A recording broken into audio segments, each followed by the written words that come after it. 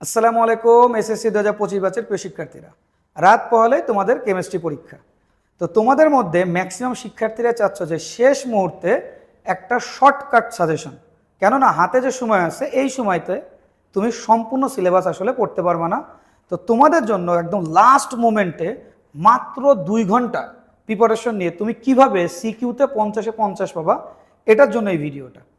তো আমি রিকোয়েস্ট করব যে যারা এখনও প্রিপারেশনটা নেও নাই, অনেক পড়া বাকি আছে, বা যাদের মোটামুটি হয়েছে তারা আরেকটু ভালো প্রিপারেশন নিতে চাচ্ছ, কম টাইমের মধ্যে তাড়াতাড়ি করে সিলেবাসটা শেষ করতে চাচ্ছ, যে জিনিসগুলো পড়লেই হবে, অতিরিক্ত জিনিস পড়া লাগবে না, সেই জিনিসগুলো আমি তোমাদেরকে এখানে দিয়ে দিচ্ছি।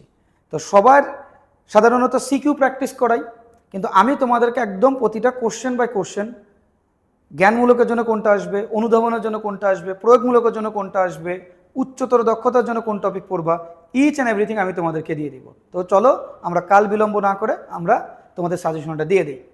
তো আমাদের প্রথম যেটা আছে আমাদের ফার্স্ট চ্যাপ্টার। তো ফার্স্ট চ্যাপ্টারে প্রথমে জ্ঞানমূলক প্রতিটা জিনিস তুমি যদি একটু দেখো তাহলে দেখবা যে প্রত্যেকটা জিনিসের ক্ষেত্রে মাত্র হাতে গোনা কয়েকটা জিনিস তোমাকে এখানে দেওয়া হয়েছে, যেটা তোমরা অনেক সহজেই মাত্র 2 ঘন্টার মধ্যে পড়তে পারবা। তো আমাদের প্রথম যদি তোমাদেরকে দেখাই, এখানে যে কোশ্চেনটা আছে, নিঃসরণ কি, ব্যাপন কি, ব্যাপনের হার কাকে বলে এবং ঊর্ধ্বপতন কি, এই চারটা তুমি জ্ঞানমূলকের জন্য পড়বা। এরপরে তুমি অনুধাবনের জন্য পড়বা হচ্ছে ব্যাপন এবং নিঃসরণের মধ্যে পার্থক্য এবং অবস্থার পরিবর্তন। অর্থাৎ আমরা জানি যে দুই ধরনের অবস্থার পরিবর্তন হয়, ভৌত পরিবর্তন এবং রাসায়নিক পরিবর্তন। সো এগুলো তোমরা পড়বা। এরপরে তোমরা তোমাদের প্রয়োগমূলক এবং উচ্চতর দক্ষতার জন্য তোমরা যেটা পড়বা সেটা হচ্ছে, যদি পড়তে চাও তাহলে সেক্ষেত্রে তাপমাত্রার গ্রাফ, কঠিন তরল এবং বায়বীয় পদার্থের একটা গ্রাফ আছে, শুধু জাস্ট ওই গ্রাফটা দেখে যাবা, আলহামদুলিল্লাহ আর কোনো কিছু দেখা লাগবে না। 3 নম্বর চ্যাপ্টারে তোমরা পড়বা হচ্ছে জ্ঞানমূলকের জন্য মৌলিক পদার্থ কাকে বলে, আইসোটোপ কি, অরবিটাল কি, তেজস্ক্রিয় মৌল বলতে কি বোঝো, এই জিনিসগুলো। 3 নম্বর চ্যাপ্টারের অনুধাবনে তোমরা যেটা দেখো, পরমাণুতে কখনো বর্ণালী কেন তৈরি হয়, মানে কখন বর্ণালী তৈরি হয়, 2D অরবিটাল কেন সম্ভব নয়, 4s অপেক্ষা 3D অরবিটাল কেন বেশি শক্তিশালী, রাদারফোর্ডের মডেলকে কেন সোলার সিস্টেম অ্যাটম বলা হয়, কোন পরমাণু পারমাণবিক ভর একই কেন হয়, তারপরে পরমাণু বিদ্যুৎ নিরপেক্ষ কেন, এবং Fe2+ এবং Fe3+ এর মধ্যে কোনটা বেশি স্থিতিশীল, এটা তোমরা চ্যাপ্টার 3-তে অনুধাবনমূলকের জন্য পড়বা। কারণ চ্যাপ্টার 3 থেকে কিন্তু বেশি কোশ্চেন করে আমাদের জ্ঞানমূলক এবং অনুধাবনের জন্য, ঠিক আছে।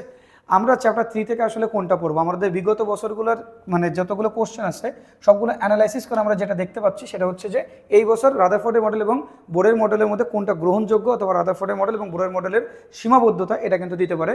তারপরে আণবিক সংকেত বের করার যে নিয়মটা আছে, অর্থাৎ চ্যাপ্টার 6-এর সাথে মিলাই এটা দিয়ে দিতে পারে।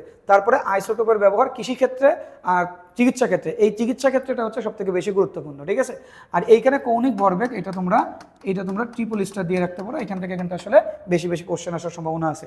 এই দুইটা জিনিস মানে এখানে কৌণিক ভরবেগ এবং এটা একটা স্টার, বাট এটা হচ্ছে দুইটা, মানে এখানে যতগুলো স্টার দেয় কৌণিক ভরবেগের ম্যাথ কিন্তু আসলে দিবে। এবার আমরা যদি চ্যাপ্টার 4-এ যাই, চ্যাপ্টার 4-এর ক্ষেত্রে আয়নীকরণ শক্তি, অবস্থান্তর মৌল, ইলেকট্রন আসক্তি, পোলার কাকে বলে এবং মুদ্রা ধাতু কি, এই মাত্র 5টা। এখানে কিন্তু হাজার হাজার জ্ঞানমূলক কোশ্চেন আছে, কিন্তু আমরা মাত্র কয়েকটা দিচ্ছি যাতে তোমরা মাত্র 2 ঘন্টার মধ্যে কমপ্লিট করতে পারো। এবার দেখো বি টাইপের কোশ্চেন, হিলিয়ামকে কেন গ্রুপ 2-এ রাখা হয় নাই, তারপরে তড়িৎ ধনাত্মকতা অনুযায়ী মানে একটি পর্যাবৃত্ত ধর্ম, আয়নীকরণ শক্তি মানে পর্যাবৃত্ত ধর্ম বলতে কি বোঝায়, যে বাম থেকে ডান দিকে গেলে যে পরিবর্তন হচ্ছে, তো এই ক্ষেত্রে আয়নীকরণ শক্তি এবং তড়িৎ ঋণাত্মকতা, এই দুইটা কিভাবে পরিবর্তিত হয়, এটা কিন্তু আসলে এই কোশ্চেনের মেন জিনিস। বেরিলিয়ামকে কেন মৃৎক্ষার ধাতু বলা হয় এবং গ্রুপ 1-এর যে মৌলগুলো আছে এগুলোকে কেন ক্ষার ধাতু বলা হয়, গ্রুপ 1-এর মৌলগুলোকে কেন ক্ষার ধাতু বলা হয় এবং গ্রুপ 2-এর মৌলগুলোকে কেন মৃৎক্ষার ধাতু বলা হয়, এটা দিবে। তারপরে কপারকে কেন তোমার হচ্ছে মুদ্রা ধাতু বলা হয়, অথবা গ্রুপ 11-এর মৌলগুলোকে কেন মুদ্রা ধাতু বলা হয়, এই জাতীয় কোশ্চেন কিন্তু দেয়। আমরা জানি যে চ্যাপ্টার 3 এবং চ্যাপ্টার 4 থেকে সাধারণত জ্ঞানমূলক এবং অনুধাবন টাইপের কোশ্চেন বেশি করে। গ্রুপ 18-কে নিষ্ক্রিয় ধাতু কেন বলা হয়, এটা কিন্তু খুবই গুরুত্বপূর্ণ একটা জিনিস, ঠিক আছে। এবার সি আর ডি টাইপের জন্য ক্রম সংখ্যা, পারমাণবিক আকার মানে ক্রম সংখ্যা বের করতে বলবে, যে এখন কি অনুযায়ী ক্রম সংখ্যা, আমরা জানি যে অনেক রকম আছে, ইলেকট্রন শক্তি, তড়িৎ ঋণাত্মকতা, আয়নীকরণ শক্তি, তারপরে গলনাঙ্ক, ছোটনাঙ্ক। তো এই অনুযায়ী আসলে ক্রম সংখ্যা যখন বের করতে বলে, যে তোমরা ক্রম করো না, যে সোডিয়াম, ম্যাগনেসিয়াম, তারপরে পটাশিয়াম, এই টাইপের যে জিনিসগুলো তোমরা করো আর কি, সোডিয়াম, ম্যাগনেসিয়াম, অ্যালুমিনিয়াম, যে ক্রম দেখাতে বলো, বাম থেকে ডান দিকে ক্রম দেখাতে বলতে পারে, আবার উপর থেকে নিচের দিকে ক্রম দেখাতে বলতে পারে। তো কোনগুলো আমরা আসলে পড়বো, পারমাণবিক আকার এবং আয়নীকরণ শক্তি, এইগুলো তোমরা একটু দেখবা। এরপর আছে মৌল শনাক্তকরণ এবং বন্ধন গঠন, মানে কি একটা চার্ট থেকে, এখানে কিন্তু দিয়ে দিচ্ছি চার্ট, তোমরা কিন্তু এই টাইপের কোশ্চেন দেখছো যে চার্ট থেকে আসে, এরকম করে চার্ট দিয়ে দেয়, এরকম করে তোমাদের চার্ট দিয়ে দেয়, চার্টের মধ্যে অনেকগুলো এলিমেন্ট থাকে, এরকম করে মনে করো এই টাইপের জিনিসগুলো তোমরা দেখছো। তো এই জায়গায় মনে করো এ দিল, এই জায়গায় বি দিল, এই জায়গায় সি দিল, এর একটা সংখ্যা দেবে, এর একটা সংখ্যা দিয়ে বললো যে এ সি এর মধ্যে কোন বন্ধন আছে, এ বি এর মধ্যে কোন বন্ধন আছে, এরকম বন্ধন দিতে পারে। তো এই জন্য মৌল শনাক্তকরণ করতে হবে, তার জন্য পারমাণবিক সংখ্যা এবং পারমাণবিক ভর দুটো কিন্তু জানতে হবে। চ্যাপ্টার 5 থেকে তোমরা যেগুলো পড়বে সেটা হচ্ছে যৌগমূলক কাকে বলে, আপেক্ষিক পারমাণবিক ভর কি, সমযোজী যৌগ কাকে বলা হয়, পারমাণবিক শ্বাস বলতে আসলে কি বোঝো, সঞ্চরণশীল ইলেকট্রন কি, যোজনী কি, যোজ্যতা কি এবং কি সুপ্ত যোজনী। এই তিনটা জিনিস মার্ক করে রাখো। এই তিনটা জিনিস তুমি বাংলাদেশের যে কোনো বোর্ডেই হও না কেন ইনশাল্লাহ তিনটা জিনিস থেকে তুমি পাবা, ঠিক আছে। এরপরে যদি আমরা বি টাইপের দেখি তাহলে যোজন এবং যোজ্যতার মধ্যে পার্থক্য, ধাতব এবং সমযোজী বন্ধনের মধ্যে পার্থক্য, আয়নিক বন্ধনের উৎস মানে বিদ্যুৎ উৎপন্ন করে কেন, আয়নিক বন্ধনে কেন বিদ্যুৎ উৎপাদন হয়, সমযোজী বন্ধনে কেন হয় না, এটাকে পরীক্ষাতে কোশ্চেন করতে পারে। নাইট্রোজেন যোজন এবং যোজ্যতা ভিন্ন কেন হয়, ম্যাগনেসিয়ামের যোজন এবং যোজ্যতা একই কেন হয়, এখানে ম্যাগনেসিয়ামের জায়গায় অন্য কিছু দিতে পারে, নাইট্রোজেনের জায়গায় অন্য কিছু দিতে পারে। এবার সি টাইপ এবং ডি টাইপের জন্য এখানে যৌগের দ্রবণীয়তা মানে আমরা একটা মৌল দিল যে মনে করো AlCl3, সো এরকম একটা দিতে পারে, এটার মধ্যে কোনটা রিয়াকশন করবে মানে কোনটা পানিতে দ্রবীভূত হবে, NaCl, তারপরে মনে করো CO2, এর মধ্যে কোনটা পানিতে দ্রবীভূত হবে কোনটা দ্রবীভূত হবে না, এটা কিন্তু বলে দিতে পারে, ঠিক আছে। তখন ওই যে আমরা যে ডেল্টা দিয়ে যে ম্যাথগুলো আছে এরকম করে ভিতরে মনে করো কপার দিলাম, ওই যে কপার দিয়ে এইভাবে দেখো না H+, এই যে এখানে ও এরকম করে যেগুলো দেওয়া আর কি, সো এই জিনিসগুলো এভাবে তোমাকে দিতে হবে। তো ধাতব বন্ধন কিভাবে বিদ্যুৎ পরিবহন করে, এটা কিন্তু খুব ভালো একটা কোশ্চেন, এটা 3 বা 4 মার্কের জন্য খুব কমনলি তোমরা দেখবে যে এই বছর তোমরা পাচ্ছ। এবার চ্যাপ্টার 6 আমরা কিন্তু খুব বেশি একটা দিই নাই, মূল সংখ্যা কাকে বলে, স্থূল সংখ্যা কি এবং মূল আয়তন কাকে বলে, জাস্ট তিনটা দেখো, জাস্ট তিনটা, এই তিনটার মধ্যে ইনশাল্লাহ এসে যাবে। এরপরে যদি আমরা দেখার চেষ্টা করি বি টাইপের কোশ্চেন, অনুর সংখ্যা বের করতে বলতে পারে, যে এরকম একটা দিয়ে যে এখানে কয়টা অণু আছে, মনে করো H2O এখানে কয়টা অণু আছে, অথবা MgCl2 এর মধ্যে কয়টা ক্লোরিনের কয়টা অণু আছে, বা এরকম টাইপের কোশ্চেন দিতে পারে। মূল্যায়টি বের করতে পারে যে W = SMV/1000, এই যে সূত্র আছে এই সূত্র দিয়ে তোমাকে ম্যাথ করতে বলতে পারে। খাদ্য লবণে ক্লোরিনের শতকরা সংযুক্তি, এখানে খাদ্য লবণ না দিয়ে অন্য কোনো কিছু দিতে বলতে পারে, তো এখানে শতকরা সংযুক্তি বের করতে বলতে পারে, ঠিক আছে। তো এই টাইপের কোশ্চেনগুলো তোমরা একটু দেখে যাও। সি আর ডি টাইপের জন্য শতকরা সংযুক্তি বের করতে হবে, লিমিটিং বিক্রিয়ক এবং আণবিক সংকেত এবং স্থূল সংকেত, তাহলে এই ক্ষেত্রে সবথেকে বেশি যেটা দরকার সেটা হচ্ছে আণবিক সংকেতটা বের করা, বুঝছো, আণবিক সংখ্যাটা বের করা সবথেকে বেশি দরকার। এবার হচ্ছে আমাদের চ্যাপ্টার 7 জারণ সংখ্যা কি এটা লাগবে, এবং আমাদের উভমুখী বিক্রিয়া বলতে কি বোঝায় এটা লাগবে, এটা হচ্ছে আমাদের জ্ঞানমূলক কোশ্চেন। উভমুখী বিক্রিয়া বলতে আসলে কি বোঝায়, বিক্রিয়ার হার কি এটা গত বছরে দিয়ে দিয়েছে, তো বিক্রিয়ার হারটাও তোমরা দেখে যেতে পারো যে বিক্রিয়ার হার বলতে আসলে কি বোঝানো হয়। যোজনী এবং জারণ মানের মধ্যে পার্থক্য, আগে ছিল যোজন এবং যোজ্যতার মধ্যে পার্থক্য, এখন হচ্ছে যোজনী এবং জারণ মানের মধ্যে পার্থক্য। সকল সংযোজন বিক্রিয়ায় সংশ্লেষণ বিক্রিয়া নয়, এটা হচ্ছে আমরা এখন বি টাইপ কিন্তু দেখতেছি, ওকে। তো সকল সংযোজন বিক্রিয়া সংশ্লেষণ বিক্রিয়া নয়, এখানে এটা দিতে পারে। তারপরে রাসায়নিক সাম্য অবস্থা, এটি গতিশীল অবস্থা, এটা কিন্তু খুবই গুরুত্বপূর্ণ, এখানে যতগুলো স্টার দিতে চাও দিতে পারো। উভমুখী বিক্রিয়াকে কিভাবে একমুখী বিক্রিয়া করা যায়, এটাও কিন্তু একটা গুরুত্বপূর্ণ কোশ্চেন, এটা একটা স্টার। বাট এইখানে যে দুইটা কোশ্চেন আছে এই দুইটা কোশ্চেন কিন্তু সবথেকে বেশি ইম্পর্টেন্ট, ওকে। এবার যদি আমরা দেখি যে সি আর ডি টাইপের জন্য জারণ বিজারণ বের করতে হবে, যেমন একটা রিয়াকশন দিয়ে তোমাকে বলবে যে একটা কেমিক্যাল রিয়াকশন, এই কেমিক্যাল রিয়াকশনে জারণ বিজারণ হয়েছে কিনা, অথবা জারণ বিজারণ হলে কীভাবে জারণ বিজারণ হয়েছে, এটা তোমাকে কাজে লাগবে। আর লাশাতলে নীতির ক্ষেত্রে তাপমাত্রার প্রভাবক যেভাবে কাজ করে, ঠিক আছে, যে ΔH এর মান পজিটিভ হলে কী হবে, ΔH এর মান নেগেটিভ হলে কী হবে, বিক্রিয়া কোন দিকে যাবে, ডান দিকে যাবে নাকি বাম দিকে যাবে, এগুলো তোমাকে একটু জানতে হবে।